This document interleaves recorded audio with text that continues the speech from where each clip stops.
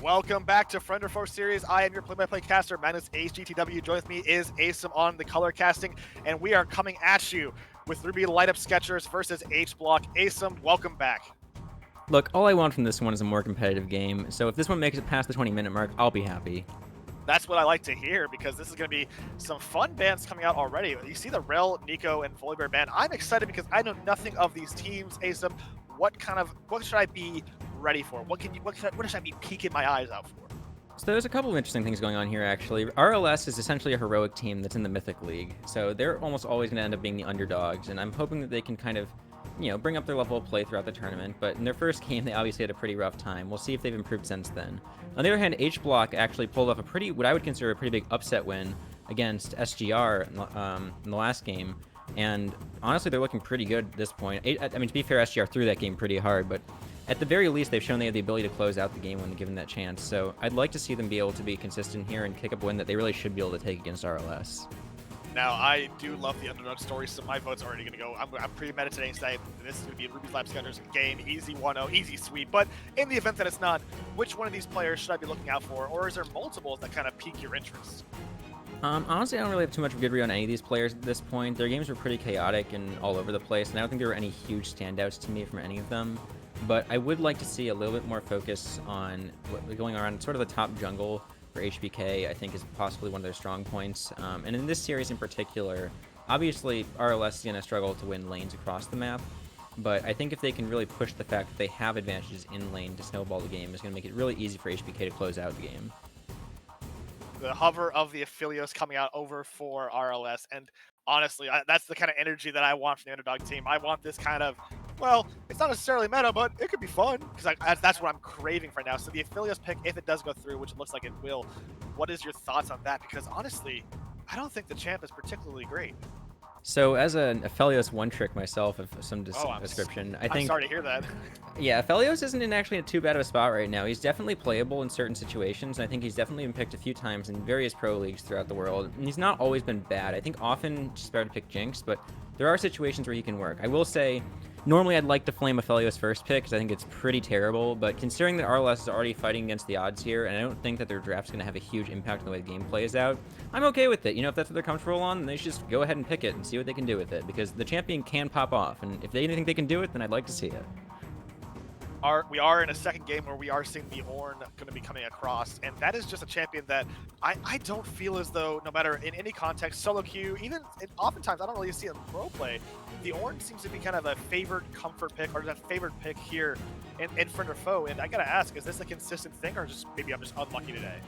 I mean, I don't know what's going on. I really don't like the pick. I think obviously players are comfortable on it because it used to be meta for so long and it was such a consistent, stable pick in the top lane, but these days it's really just not good, and I don't think it's good to pick it this early, if at all. So it's really just bad here, in my opinion, and especially given the fact they haven't even shown top on their side, it's open to being counterpicked. I'm kind of excited. That is an excellent point, and I want to go ahead and just point out, look how defensive HBK is being with the Braum Ornn pick. I love the spice, the engage, the early plays coming out of RLS, because honestly, that's what you're going to need, is just go ahead and take advantage of these tanky lads and just kind of try to snowball the game early, because I love a good Thresh play. Yeah, I think both teams are are drafting pretty poorly in terms of just draft order and general draft strategy, but the actual compositions that have come together here, I actually almost favor RLS on, because they weren't able to effectively counterpick the Aphelios in the bottom lane. They ended up taking Tristana rather than one of the more conventional counters like Ashe and Ezreal or Avaris. And on the other hand, they have these Ornn and Braum picks on the other side, which I think are pretty questionable. The Braum could be okay depending on what comes in later in the draft, but taking it this early really is a direct answer to just Thresh and Aphelios. I think is a little risky, especially with the other things that could come in their draft and things can be banned out. But we'll see what they go with. I do like the Nidalee actually. Again, if you're the underdog, pick your comfort picks. Pick stuff that's explosive and has these chances to just pop off, because you know what, that's basically your best chance in this game. And to be honest, even with the comfort picks being picked up here, I actually do favor their overall composition still. So we'll see how it works out. But so far, RLS is doing pretty well in my book. Now, maybe my brain zoned out, as my smooth brain tends to do, but I do have to ask the self-proclaimed Aphelios one trick. Thresh with Aphelios, how does that lane necessarily go down? Because when I think Thresh, my immediate thought is Draven Lucian. I don't think Aphelios, even close to Aphelios. I would take Tristana 100 times or a Kai'Sa before I would take the Aphelios. So how is that going to work out there in the bot lane with that pick? So this is actually conventionally a really strong lane. It's one of the most common Aphelios lanes you can play. It's mostly for a few reasons. It's because the Thresh has the Lantern to help Aphelios escape his relatively immobile otherwise situation. The fact he has no real mobility in his kit. And so it lets him play up more in the lane, play more unsafe, and actually be safe with the Thresh Lantern to get him out. On top of that, it lets you play really lane dominant because Aphelios, despite what a lot of people seem to think, well, he does scale very well, is actually primarily one of the big reasons you would pick him over someone like a Jinx is that he's very lane dominant. He can absolutely dumpster some bot lanes, and the range he has in his Calibrum lets him push out a lot of these lanes in the early game really hard. So we'll see what they can do with it, but I expect them to be getting a pretty large lead in lane with this kind of lane pair. And if they don't get that, then I'd be a little bit scared for them. But so far, I like it. It's a nice aggressive lane. Picking into Tristana Braum obviously is a little bit safer, but I think they can make it work. And obviously it's good into Tristana, so the Thresh pick makes sense there to me too. I'm a little confused. Maybe you can shed some light on it. Maybe I've followed back in time because it looks like we got quite a few picks of the tank variety coming across both teams. Look, unless Galio builds full AP, I'm kind of confused where the damage over on RLS is going to be coming from outside the Aphelios because I acknowledge that Italy is going to get some serious damage in, but is that going to be a mid Ezreal? That is going to be probably mid Yes, Tristana, yes. I imagine. I'm fine with either. Yum. I don't love the Ezreal Braum lane here. I think Ezreal is a good answer to Aphelios in a vacuum, but I think overall this team comp is really disjointed with the Amumu and the Ornn here. I think it's a little bit questionable sort of what they're playing overall. They also have no AP damage aside from maybe Amumu going AP and Ornn's AP damage. I would love shotgun Amumu. I would love it. I mean, look, it could happen. We could see the AP Amumu, one-shot nuclear bomb come out here, but I think it's a pretty questionable choice in terms of developing a team comp around it. On the other hand, I think RLS, while they do sort of lack damage in a certain sense, Aphelios is one of those champions that can be your only major damage threat in terms of AD damage on a team. And Nidalee being the only AP threat is generally pretty good for her because it means she can burst really hard and no one can itemize effectively against it or else they'll get shredded by the Aphelios. So while I don't think that either of these comps is perfect, I think that RLS is still probably quite favored here just because they don't have the Amumu and the Ornn. And Malphite is probably a better tank in the top lane than Ornn is in this current meta. Well, I'm gonna give him my 2 cents. Like I said, every single game, I always vote for the underdog. RLS, you have my vote because your team comp looks fun. It looks like it can be a lot more interesting and kind of, look, full AP Malphite, one-shot stuff. You know, it is what it is. But we're gonna be hopping into Summoner's Rift to see how these two teams go at it. And I'm just so dang excited because there's so many cool possibilities that could go down, though, let's be honest, it's not going to happen. Whoa. Malphite did build Metaflow, which I'm always into, so fingers crossed. Yeah, I mean, so I think things to look out for here are in the bot lane. Obviously, Aphelios Thresh want to be able to play aggressive and get advantages, but Ezreal Braum is a really solid choice into it, and it can do a good job neutralizing the laning prowess of the Aphelios and the Thresh. But even outside of the bot lane, the mid lane matchup is going to be very volatile because Tristana should be able to get a pretty large advantage against Galio, both outranging him and having that AD damage into Galio's AP or MR shield. So if he's able to combo with the Amumu, then they could definitely look to make the Galio have a pretty hard time in this lane in the early game. So we'll see what they end up doing. RLS doing a fantastic 5-point for exactly this reason, the possible HBK go all in, but I would love to have seen an invade, but naturally, obviously they won't with seeing the Aphelios there.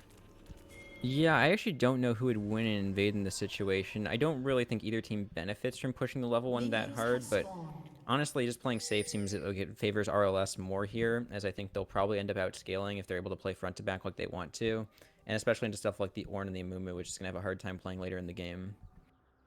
Now, I have not seen it personally, at least in my games, so that kind of goes to say it doesn't really matter, but just on a mid into the Galio, that pick kind of feels kind of, I'm not quite sure how it's going to go down. It's a really hard matchup for Galio in a lot of ways. I think it can work well depending on how your jungler plays around it, because you obviously have the lockdown to pick up the Tristana, especially if you can taunt her out of her jump. But even so, it's pretty rough. She'll be able to poke you so much in the early levels, with those Halo Blades getting all 3 autos off, getting bomb stacked on you. You have to walk up the way to CS. It's just rough. I don't think that I expect Burbs aren't really able to get any real advantage in this lane. Tristana should be able to go up quite a decent amount of CS. Stuff that I do not care for watching for. If the Malphite does in fact go full tank like we're suspecting he will, then this is going to be kind of a wet noodle fight in the top lane that I just am so indifferent about. I'm far more interested in this bot lane matchup because you mentioned earlier the Braum. Now that I'm looking at it, now that I'm thinking about it, the Braum with the Ezreal, not vibing with it. Oh my gosh, they ignite the flash, and that's going to be a cross on the first blood. It is. It's going to be a 1-for-1, but first blood over on Tristana. It just happened. I would love to see it again. Yeah. So let's see this play out. Tristana probably could have lived here, I think, but either way, so at this point, I probably think she should have conceded instead of going for the kill, just because she's forced Galio out and the wave's going to crash, but she ends up going for the kill. Getting the first blood is nice, but I don't know. It's kind of a toss-up. Well, I mean, if I could choose a champion to get kind of a little bit more ahead, I would choose Tristana over Galio, especially that extra first blood monies. My biggest issue with this is that Galio has teleport and Tristana does not, and so by suiciding for that first blood of the turret, she doesn't actually deny anything from Galio, and Galio is actually going to end up denying her a bunch because the wave didn't crash, and so it's going to kill the entire wave before she gets back to lane. An excellent point. I did not think the first blood actually would have came out of the mid lane. The trade there threw me off guard. I was ready for that Thresh hook fillet to the bot lane for some spice, but I guess Tristana showing up is just showing me exactly Adri seeing like this is what top we're lane's about. looking a little scary though. Yeah, it is. We got a little bit of a gank for Nilly coming in. Here's the spear. The spear will not connect, and it's actually going to be a walkout from Ornn. Ornn going in a fun He might still be dead. The flash going out, trying to make it home. There's the spear, but no, he walks it out. Yeah, they can't chase in the fog of war. They just don't know where Pro Lupul is, and I guess they're afraid of chasing in and getting caught, which I guess makes sense there, but I think they definitely could have killed him, obviously, if they connected the first spear. It's just unfortunate they weren't able to. That first spear missing was a little strange for my eyes, but it was a flash, free flash. We take that. We take that for sure. Uh-oh, but here comes a, not quite sure what move. That spear's going to connect, though. Ooh, but he goes in, it's going to be a movement 2v2 situation, but here comes the rest of the mid laners coming in. Here's the hop over, it's Tristana getting a lot of damage, but a Galio taunt, two-man taunt, there's the bop. There is a lot of damage. Tristana trying to pick up the kill, it's going to be a flash away, it's no! Pengu's soldier has slain the mid laner, and now it is just kind of, ouch. That's one of those plays where I'm question marking my jungler, because, I mean, that was really, I don't know how he thought he was going to win that. He got hit by the Nidalee Spear and decided to go in anyways and ended up getting blown up immediately after. So just all around kind of a baffling play on the side of the Mumu. And I guess to some extent, to be honest, the mid lane coming up after that, after they've already lost their jungler. Just the whole thing is just confusing. Kind of a weird circumstances as well, but I mean, this is definitely one of those games that is the jungle and mid are going to decide how these things play out, because that seems to be the consensus. Oh my gosh, again with this, huh? Okay, Mumu's trying to get a scuttle. He's going to try to does get speared, but he can't contest this. They're about his first rotation. Well, don't tell that to Nidalee because they're going to try, but no, it's going to be an easy pickup. And I was getting nervous for the side of Nidalee. Yeah, I mean, Pengu Soldier is pretty far ahead now, given the fact he got that kill already, picked up the assist as well, and even though he's down a camp, he's going to clean out that right now. Probably Mumu's going to get Gromp here too, so he'll still be up one camp, but I believe the gold should be pretty far ahead for him, so Nidalee can definitely snowball these lanes at this point. I think it's good to look for these engages off of the Galio taunt and off of the Thresh hook in the bot lane to get the spears off, even though he has looked topped so far, so we'll see what else he can do on the map. Now in this match of RLS HBK matchup, excuse me, it still feels like any person's game to me. The Galio having these two kills, I'm very indifferent about. Even though the Galio looks like they're going to be building more towards the AP side. Correct me if I'm wrong, but I don't know. I don't know how much that's going to really kind of help this game spiral in favor. Well, there's a couple of things to consider here. One is that he has double buffs right now, so the lane's pretty hard for Tristana. But the other thing is that Tristana, you do actually want to be coming for this lane with a pretty substantial advantage. And by throwing away that first blood trade kill under tower, with the wave not crashing and getting the TP back, he actually set himself pretty far behind. And now that he's even further behind with the Galio having that another kill in the river fight, it's just hard to pressure the lane as much as you'd otherwise want to. So I don't think he's going to come out of lane with much of an advantage, if not coming out behind. And as a result, I think the Tristana pick's going to have a lot harder time playing the game than you would in other situations. Now, I do got to point out, as we enter the 6-minute marker of this game, it is the Amumu ahead in terms of farm, as well as a couple of farm discrepancies across the board. Aphelios was a little bit ahead, but the Ezreal did pick up that wave. But Amumu, sizable 10 farm lead. Yeah, I mean, so that is nice in the jungle position, having that farm lead, but I think it's essentially neutralized by the kill and the assist on the Nidalee. So it ends up being pretty even across the board here. I think the only major advantages we can look for are going to be in the bot lane and the mid lane. Tristana is getting a little bit of a CS lead once again, but in the bot lane, it's pretty much completely even. And I think, well, in a pro play environment, having Ezreal go even with Aphelios can be good going later into the game, because Ezreal should nominally outscale due to the range advantage. In most situations outside of some of the best Ezreal players in the world, Aphelios is going to be advantaged in that matchup, just because most Ezreals aren't going to hit all their skill shots every fight. Ain't true that. We got a little bit of scrap here in the top lane, but no, two tanky lads just being two tanky lads. I don't know why I get excited. I hope for the best, but the best was not there. And honestly, it looks like as we go 7 minutes of the game, this is going to be kind of like last game. We're kind of aiming for that 10-minute objective fights. Yeah, and I mean, to be honest, RLS just shouldn't even be forced to contest here. They are ahead, and they should have a slight advantage going into the mid game. But I think the fact that their comp is going to outscale anyways, they should just give this and just wait until they have to fight, because having the Aphelios give this extra time to come online and scale up, with the Galio being so strong already and being able to frontline for him with the Malphite, I think they just need to wait until, second, third Dragon, and then they can look to team fight front to back and really just smash their way through HBK. I got it. I cannot wait to kind of see this fight. At least this was, albeit we do have 4 kills as we go to the 8-minute mark. This is a little more controlled and kind of what we're expecting from this league play of, oh, I want to see this thresh hook. I want to see this thresh hook. Give me the thresh hook. I think even if he hits it, it doesn't end up being anything. So unfortunately, yeah, he's going to have to wait for the wave to crash. A boy can dream, though, can't he? At the end of the day, a boy can dream. Pro Loophole is here, so maybe they're looking to bait the dive, but I don't think they get anything off of this. He ends up wasting his time here, and they're starting the Dragon on the other side. Now, Italy is by herself. RLS is making this play. There's no ward on Dragon. They don't know this. They're on for the gank. Hold on. We're going to have the gank. Here's the missed Ezreal, but just a little bit shy. Now it's going to be. And that ends up being Prof basically just free Dragon. away. Oh, but whoa, wow, he's getting super low. He's cutting really badly. Unfortunately, the RLS does not get that free early Drake, even though it's a little bit distracted. Yeah, it's just can't quite kite the Drake as the Italy coming out there. And I mean, it's very difficult to kite him effectively. I think you end up taking quite a bit of damage either way, even if you do kite off a couple of the autos. But both junglers really struggling to do this Dragon. I don't know if either of them can do it now. This Dragon is just 1v9. The Dragon, a team of its own, as it begins to 1v1 all of the junglers. Coming to the pit. One enters, one leaves. Meanwhile, we've got the tank fight in the top lane. Nothing too exciting going on. Ooh, But hold on, call the fourth guy. Here comes the knockup. That's going to be a lot of damage. Hey, did you guys know that Orange is an assassin? Because I tend to forget, and that's going to be a free kill in the top lane, a solo kill. Yeah, one thing we didn't really think about too much, I guess, considering neither of these champions are getting much play in the competitive scene, is that Ornn's Malphite could be pretty favorable for Ornn in a certain sense, because Malphite does want to stack that armor, and Ornn is doing primarily magic damage, so he actually is able to do a substantial amount of damage to him there with the brittle procs, and actually just take him down from about half HP just with the ult. HBK getting a nice little free pickup on that top lane, Ornn kind of helping that lane even further, which I'm excited about. But also, I'm all in, Asim, on these scrappy scuttle fights. You see this fight for vision, this fight for control for these scuttles and these two junglers. I like that. Honestly, from what I've seen from this sort of scrappy gameplay, I think this is one of RLS's strengths so far as a team, is being able to take these scrappy fights and actually, force other teams to come to them and play this chaotic style. And honestly, that's how you get an advantage as a team when you're not favored necessarily. Idris is going to win a lot of damage, but I was excited for possibly... Oh my goodness, okay. They're going to be starting the Dragon, they're continuing the Dragon. I was actually worried they're just going to back off, and this would be the endless cycle of Dragons. They could look for the steal here.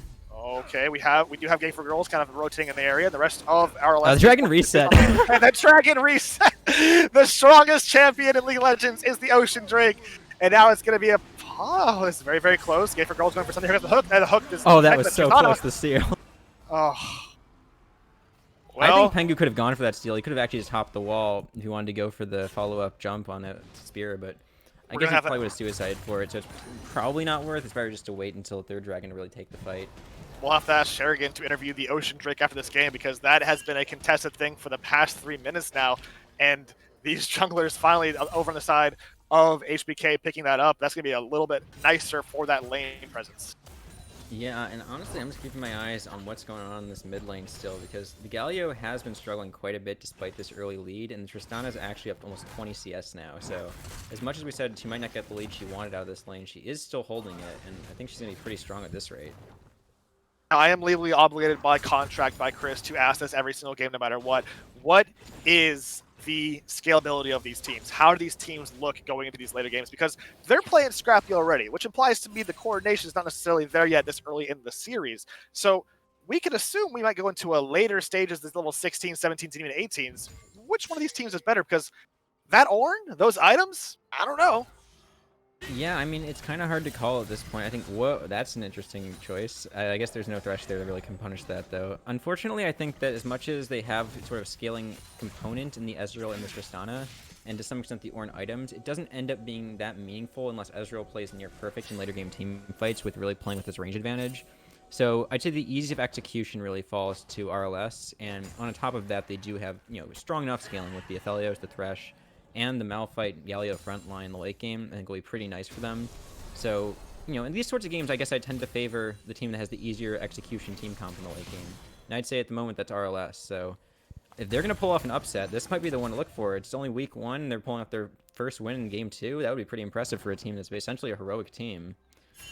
telling you, man. When I put all my chips on the underdog, this is the one that I make my money back on right here. RLS is going to come out and clean sweep this, but as items begin to kind of come through, we do see the Kraken Slayer on the Tristana. We see the Essence Reaver onto Ezreal as the first buy, which I'm not quite sure what the play is there. Maybe you can shed some light on that one.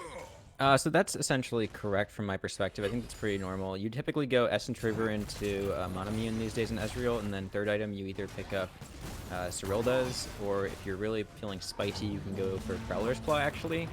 Call the Forge God. It's going to be a 2v1 up here, as Orin's not going to be taken down. It's going to be a lot of damage. It's going to be knock up. It's going to Flash, and now Flash is going to be exchanged for it. Italy just trying to get the kill. This is a tanky taking. There it goes. That was a tanky ram just hanging out there, but a kill in the top lane.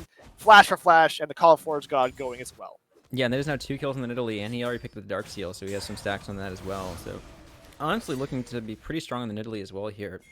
I'd like to see him really use that lead to get bot lane ahead now, because the Aphelios and Ezreal have been pretty close to even for most of this time, but going into these later stages with the Aphelios having the Graviton Root and the Thresh Hook, they can really look at hold on, we have the movement. There's the ultimate. There's Telma coming out, but it's going to be a bad TP because Galio goes down, and now the TP, what are you going to do? Where are you going to run? There's a Malphite running for his life. He should be okay. He's very, very tanky, but unfortunately, it's a TP and a kill. And Tristana picking up now going 2-2. Yeah, that's a really bizarre TP. He really should have known that his mid laner was already dead at the time he started channeling it. So I don't know really what he was thinking. I guess he just kind of too slow, but ends up being going over. Well, either way, I do like the fact that this is a close game. We are currently 4-2-3. The goal lead is negligible. It's 500 in favor of HBK, but in reality, the real advantage is the fact that HBK has the one Drake, and that is really all you can kind of write home about, because this is a very close game going into the 14-minute mark. Yeah, and one thing it is worth noting is that one of the advantages of playing Ezreal here is that he does spike harder than Aphelios at a certain point in the game when he's completed his Essence Reaver and Monomune, because Aphelios will be on probably 1.5 items at the same time, even if they're on equal farm, just because his items are cheaper, not going the crit route essentially. But I don't really think they're poised to take very strong advantage of that, given their state in the game and only being up the one Drake at 14 minutes here. So they can't really force anything around that spike, and I think it'll be hard for them to make anything of it. And at a certain point, Aphelios is going to start to outscale in terms of the raw damage output. Unless they can really look for the poke, they're going to have a hard time team fighting into it. And so contesting that third dragon is going to be really difficult for them. What I'm hoping during these team fights that you mentioned is the fact that we look at the Tristana and the Ezreal as these big boys that do have quite a bit of peel with these tanks, but it's also to say that the peel over on the side of RLS also exists. You have the Galio, you have the Thresh, and the Malphite. So I really still believe that just between the Nidalee and the Aphelios, this could very well be an RLS game, but that could be other than not. You should be fine. Just walk it right out. Yeah, I would say RLS is actually favored at this point in the game to win, and even on top of that, I actually do think that, well, so first of all, the Aphelios has gone Cull, actually, so he's going to be substantially stronger once he completes that, and it's a nice little bonus of gold for him, because he doesn't feel like the lane's doing much. Flay goes wide, and Mumu is here. Mumu's trying to go for the Drake, because this is going to be Drake number 2 for them, and this is going to be the Galio all coming in. This is not going to be great. Here comes the Ezreal, taking a lot of damage. Call the Forge Shots coming in from the side of the flank. It's going to be a 2-man knockup, and unfortunately, it's going to be a lot of damage, and now, oh no, now RLS is cleaning up. It's still a 3v3, but there's Aphelios that fortunately is down, and now it's going to be Thresh picked off as well. And just walking it out, there's a guy, there's Nidalee, but Tristana wants more, but unfortunately it's not going to be enough. It's going to be a, it's going to be a Drake picked over for RLS, but a lot of kills over for HBK. Yeah, so that's one of those situations where I think the RLS just shouldn't have been forcing the dragon that early. They end up picking it up before they take the team fights, but really they don't need to look for that. I don't think they have any reason to be fighting for dragons this early when they've already only gotten one dragon up to this point at 14 or 15 minutes on the other team. They're not really contesting anything, looking for soul, and they are going to outscale probably, at least in the circumstances of this game with these players. So I don't know why they're looking for that fight. And honestly, they could have won it, but Aphelios just got split from his team there, and the positioning was kind of bad. To the credit of RLS, they did walk away with it was a 2-for-2 in Drake, so they did luck out on that, but I do agree that, well, Tristana's might make that no longer a factor. Shut down on Nidalee, and now it's going to be under the tower, but this could be a full... Oh, okay. Oh, yep, there it is. There's the Tristana for Galio, so it's a 2-for-1 in the mid lane, just kind of for free. Yeah, I mean, Tristana is getting quite a few of these kills. It's looking a little bit scary, but this is just such a messy game at this point. I feel like both teams are taking fights they don't really need to be taking trades that are just kind of random and, yeah, just messy. I don't know how else to put it. So we'll see what ends up happening, but really it's just all these fights all over the place, and it's been the team that just outplays more mechanically or has better positioning ends up winning.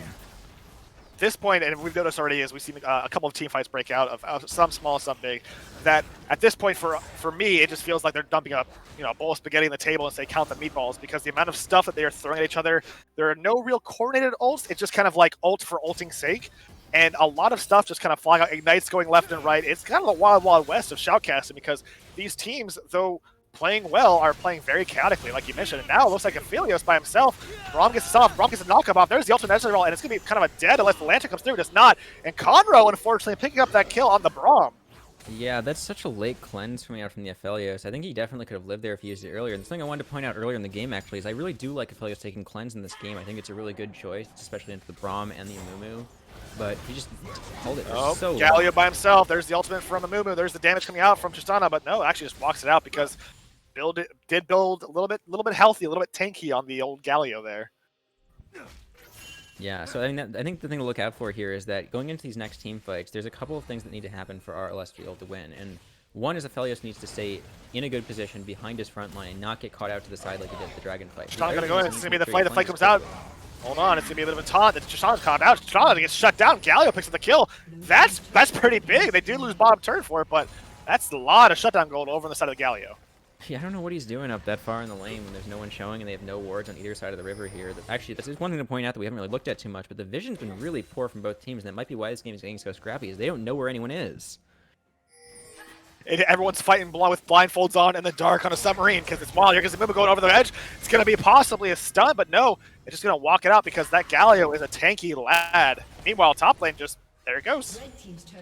Yeah, and meanwhile, I think that Malphite obviously benefits from taking that turret, gets a decent chunk of gold on that himself, but he definitely could have let the wave die on the turret there and denied a decent amount because no one was coming for a little while. But either way, it is a nice advantage to get there. And honestly, this game, as it keeps going and gets more and more of these little scrappy fights all around the map and everyone just keeps dying, I'm more and more favoring RLS, strangely, just because I feel like the comp with the Aphelios tends to win in those kind of situations. I'm all in on RLS still. Even if they lose their Nexus, I'm still all in. But currently, we are going to the 19-minute, going on 20 minutes of this game, 8-8, and there's only a 1K favor gold lead for HBK. That is not that bad, considering the objectives are pretty much match for match.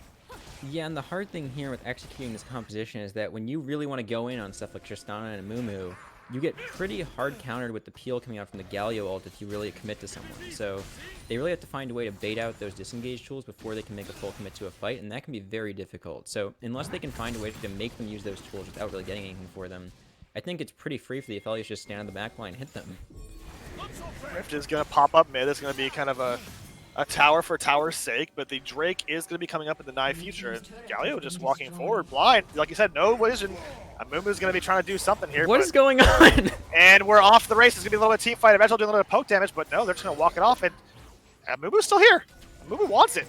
Amumu's walking it out. Where's Malphite going? And it's going to be a flash away. I'm not quite sure Malphite's going where he pleases, because this is just this fight. I guess it's making no sense to me in my brain. This position is making no sense. They're just walking around and hitting each other. There's like I don't know what's going on. Having a good old time, couple of pals in the pub, because this is just kind of walking. Amumu flash gone for free.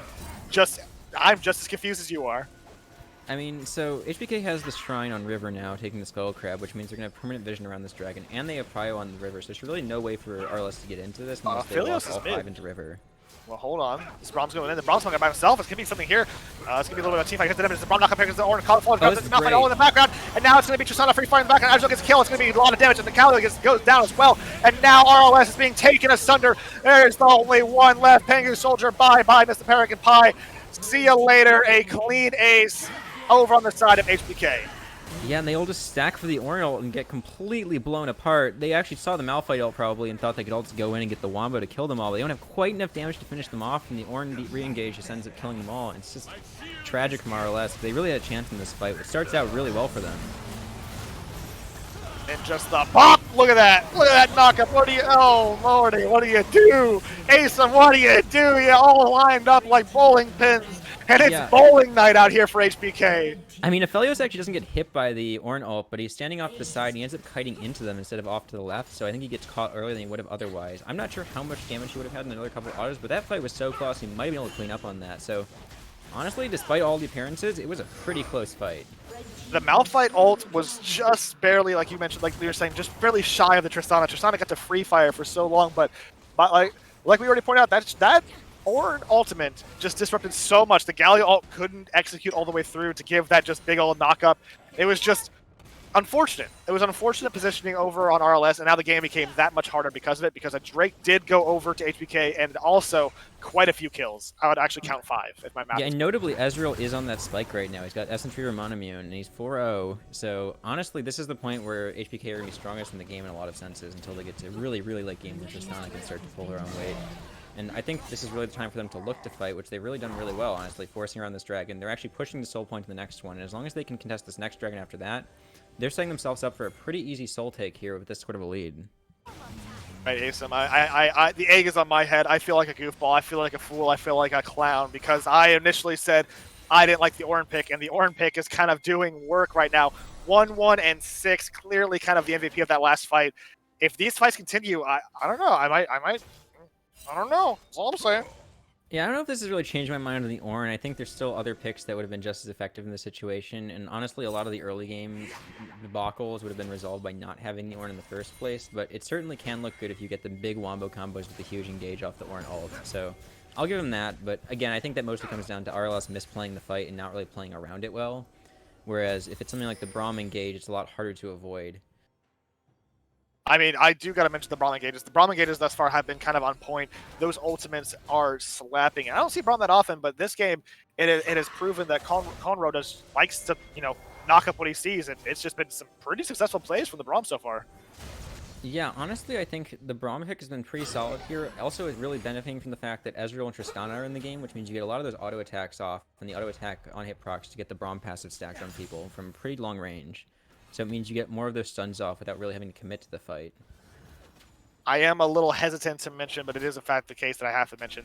Both ADCs over on the side of HBK are pretty big, and with that Kraken Slayer, which is kind of designed to slay the Krakens over on the side of RLS, what is going to happen if these ADCs are allowed to free farm like they have been doing kind of this game? Because it seems like the struggle has been just shutting down the Ezreal and especially the Tristana in these fights. Yeah, I mean, I don't know really what they can do beyond forcing the Malphite ult into the backline, but if they get the appropriate engages, I think RLS can still win fights from behind just because of the way their comp functions. But the problem is Aphelios is still on one item. He just finished his call. And on top of that, I think the itemization choices from the Malphite and the Galio are a little bit questionable at this point. I think that, obviously it's nice to have that front line, but Malphite probably could go for something a little bit more aggressive in the situation. Maybe even something like picking up well, she just picked up the Bramble Vest at this point, but I think finishing the Thornmail on the earlier side would be good for him into the Amumu and the Tristana and the Ezreal. Now, we pointed it out before, specifically you pointed it out, is that the vision has been very wonky on the sides, and we're still seeing that here. The vision, albeit a couple of wards stacked in bushes, it's still pretty dark across the map, and I don't think that's going to change as we continue going forward. And it just seems, although, yes, HBK does have some more vision than they did last time towards this Baron pit, I feel as though it's still going to be continuing to be these scrappy things, because look at this. You are walking in dark there. Oh, Nidalee. Oh, dearest me, no. And here comes the Ornn, and now we can have something here, a bit of a catch-out.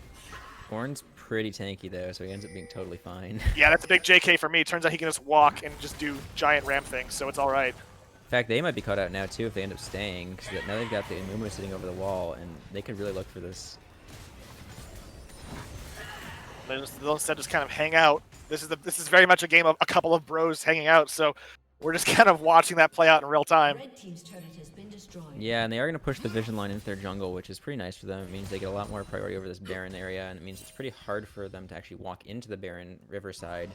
So at this point, I think all they really need to do on HBK's side is just set up vision, keep it pressured out of their jungle, or out of RLS's jungle, and then once they have an opportunity, they can look to start the Baron.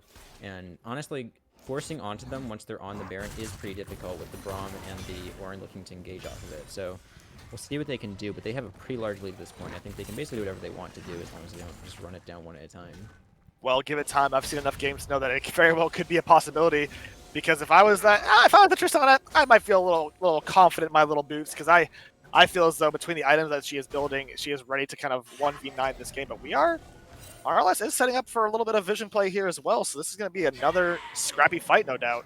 Yeah, I do want to say I really like the Ezreal. The Ezreal is building very well here. Obviously, this is like the standard build at this point, but it's correct here. And on top of that, I think Conquer is good in this game. Although, I think, honestly, you should have taken Lethal Tempo given the tanks in the other team. It doesn't end up mattering a ton. Serylda's is really nice, though.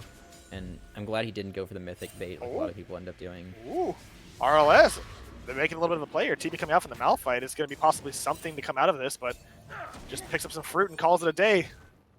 They toss the Amumu Q though, so they have a couple of seconds where they can't get engaged, and they could probably force up a little bit more.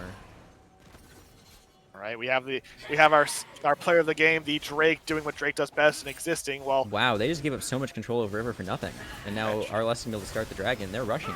Yeah, I mean, Ezra's going to be a knockup. That's going to be huge. Knockup. Here's the Galley ultimate. It's going to come. It's going to slam down. Whoa, the one. And we have yet to see the call of the Forge God. It's going to be a knockup from the Ornn. It's going to be a 3-man knockup from the Ornn. And now it's going to be a turntable turning just that. And now it's going to be Aphelios going down. Another, with the exception of Nidalee, destruction on RLS. A 3-man Ornn knockup. Oh, the flash over. Tristana wants it. This is exactly what I was talking about, the damage. Oh my goodness! The Tristana with the crit and the pop. And ace for HBK, a Drake, and then Dear Diary. It looks like today is going to call for a Baron. Yeah, and that is going to just be a free Baron for them. All 5 members alive. They're going to pick this up, and honestly, this should just be the game for them. That's just such a huge team fight win, picking up all 5 kills, no one going down. The Aphelios got to get a little bit more damage out at the end there, but after a pretty long time, they did chase him over the wall, and he wasn't able to quite finish off either of those players chasing after him. So, all in all, just a really good team fight execution. I think that the Ornn ults have been really good for disengaging some of those all-ins from the Galio and the Malphite ulting onto them. And to be honest, the initial engage from RLS looked a little bit disjointed. Malphite went in, there was pretty much no follow-up for a couple of seconds, which meant that there was almost no value gain from that knockup. I admire the comp that RLS has brought to the table. I admire what they are trying to do.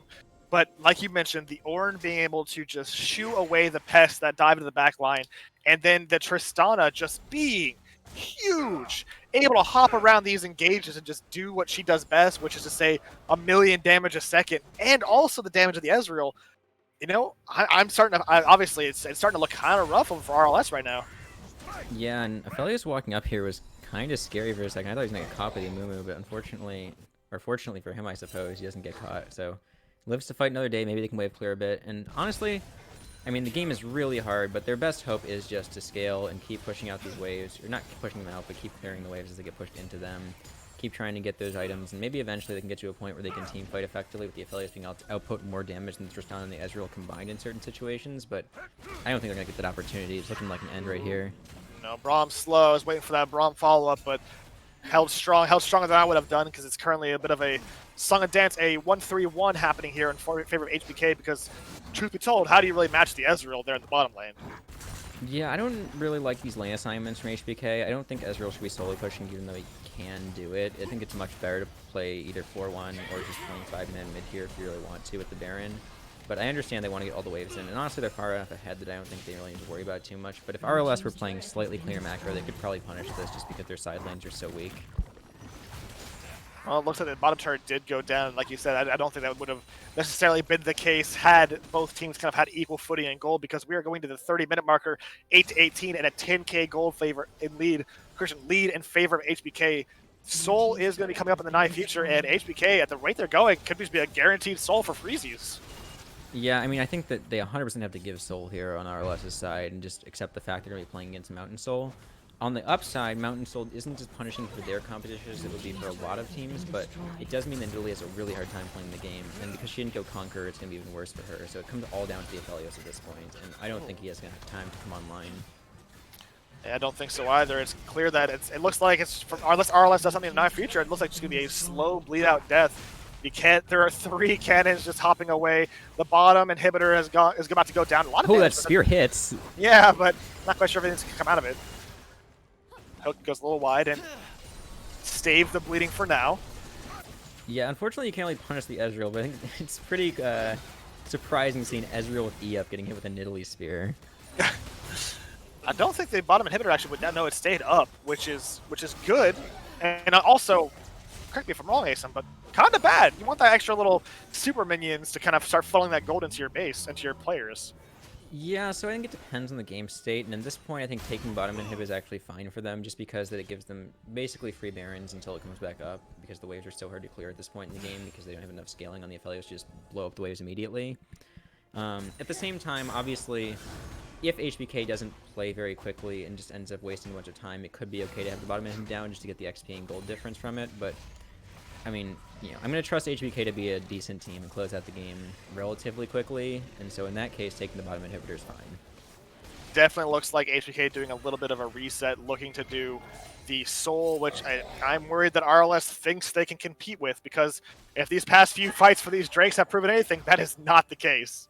Yeah, you definitely can't contest this as RLS. I understand that, like, it feels bad to just give Soul in a lot of situations because you feel like you're just, waiting for the game to end, but if you are going to have any chance at winning this, you do need to just give the Soul and fight at your base. There's no way you can win this fight in the river here unless they just run into you 1-by-1, which, I mean, they haven't been doing, so I don't know why you'd expect them to start. I mean, unfortunately for them, they can't hear you because it looks like they're going to try to fight for this, and they're posturing to do just that, but this could be a very well another 5v5 scrappy fight. Amumu's going for the flank, though. Yeah, they might just lose here. If they get wiped, the game's just over. Oh, Orin doesn't even give a crap about the Winds of War, and the Amumu hops right over. Beautiful. That is Thresh Hook down, which means the Baron or the Dragon is essentially free. Oh, Malphite ultimate. Oh, Malphite actually stole the ultimate. Now we got a team fight against the Galley going in. It's now going to be the boss coming out. Then Walkup once again, 3 men from the Ornn. The damage comes through. Tristana and Ezreal free firing. Doesn't matter how many you knock out Malphite because Ornn did him more. And now the retreat is happening. The TP is going through from Ornn. And now it's just going to be a flash for flash. But it doesn't matter. Oh, bop, bop, and swap. Unfortunately, the flash. Oh, no, he's going to go for it. Ornn. Yeah, he's going to kill him.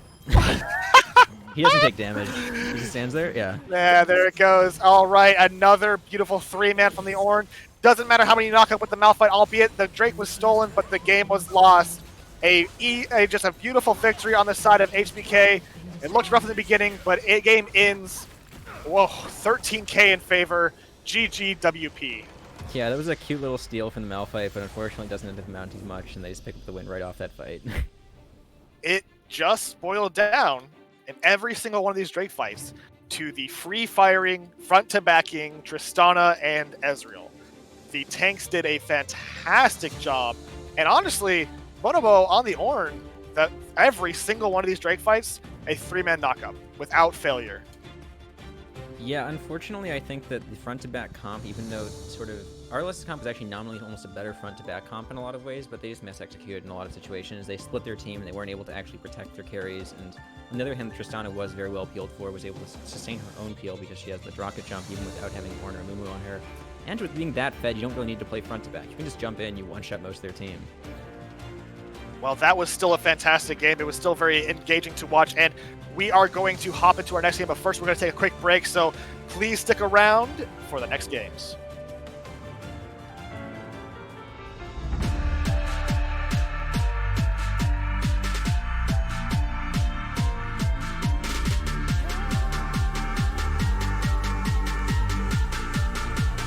High performs on the beat.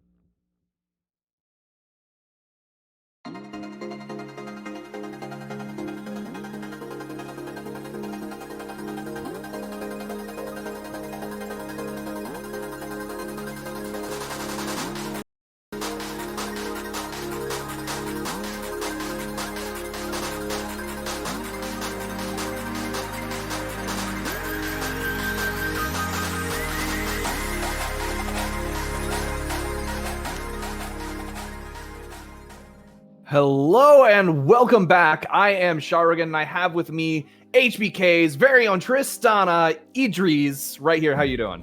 I'm doing great. How are you? I'm doing pretty well, That was one spicy game of League of Legends. Yeah, thank you. You are very welcome. Okay, so real quick, I didn't forgot to ask your team about this last time. I feel really bad about it. Who is HBK? Well, HBK stands for H Block, which it's named after like this road we all kind of like went to school beside Havenwood, right? We used to like walk to school that way, and like as we got older and high school finished up, we made like a Discord just so we could like reminisce and talk sometimes and play games, and that's where like the team kind of like started. And like of course we got some members along the way, but they're HBK members too, you know.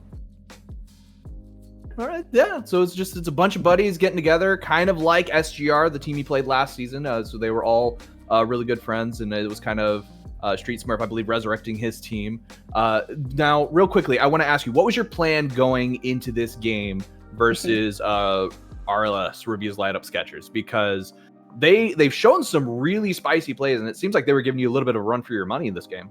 Yeah, they actually were. They actually played the draft like this. I feel like our draft was pretty good. Maybe we need like more ability damage or magic damage in the draft. But we were trying to like flex like me and Future like from going like mid, bot, and mid because we both are pretty flexible. We're both like mid mains and like secondary. We both can play AD carry. So I feel like switching us is like a very good strategy because we have like different playstyles and stuff and we can throw them off.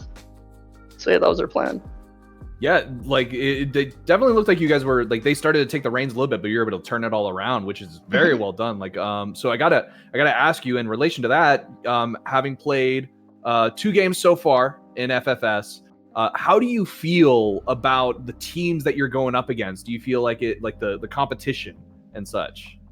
I feel like I'm friends with like another team like in this league, the Poseidon one, right? Pog, right? And they're really good friends. I know everyone there's like really strong solo queue players, and they're really good at like macro everything. I'm really excited to play them in like I think in 2 weeks or 3 weeks. Like that's gonna be a very fun like rivalry type game. So I can't wait to kick their asses. So yeah. Awesome. Yeah. No, that'll definitely be a fun one. I'm looking forward to that. And then okay, so I've got to ask you, where has this Ornn been? This Banyobo, like where have you guys been hiding him? Oh yeah, that's our guy, bro. That's my guy Owen, man. He's a real one. He came in last second because our friend Nasser, he was gonna be like 30 minutes late, but Owen came in so clutch, man. Shout out to Owen, man. He's a real one for that. And yeah. There were a lot of people who were just like, come on, bring on the Ornn horn, bring on the Ornn horn. He was really putting in some work. So yeah. I think crazy on Ornn. Yeah, you might want to have him on speed dial next time you guys need a substitute. Yeah, for sure. All right. Well, so other than that, it's like, have you had a chance to like kind of peek at the groups like Team Ace instant? Yeah, Team Ace actually looks like really scary. They beat like our friend's team like Pog the other day, right? But then like they have a challenger player on their team, bro. Like, tell him to play solo queue, man. Why is he playing in this league? Tell him to get a job. Why is he challenger in season 11, man? Tell him to get a real job, get a family, get some kids, bro. Come on. Oh man, that is some shots fired right there. I feel like you might have accidentally sealed your team's fate with that one. Yeah, my bad, karma. Well, Idris, I have to say thank you so much for doing this real quick interview. We really appreciate it. Thank you everyone for sticking around. I believe we're a little bit ahead of schedule, so we're actually going to be taking a little bit of a longer break here coming up. Idris, once again, thank you. I really appreciate it. Thanks for the interview again. Appreciate it. You're my pleasure. My pleasure. All right, everyone, stick around. We'll be right back. Next game coming up is going to be, as I pull up my screen here, Udyr. Yeah, it's going to be Team Udyr. Udyr versus the Ugly Barnacles. I was looking at the name, but I was not reading it right. All right, so Team Udyr versus the Ugly Barnacles coming up right next. Again, just stick around. We'll be right back.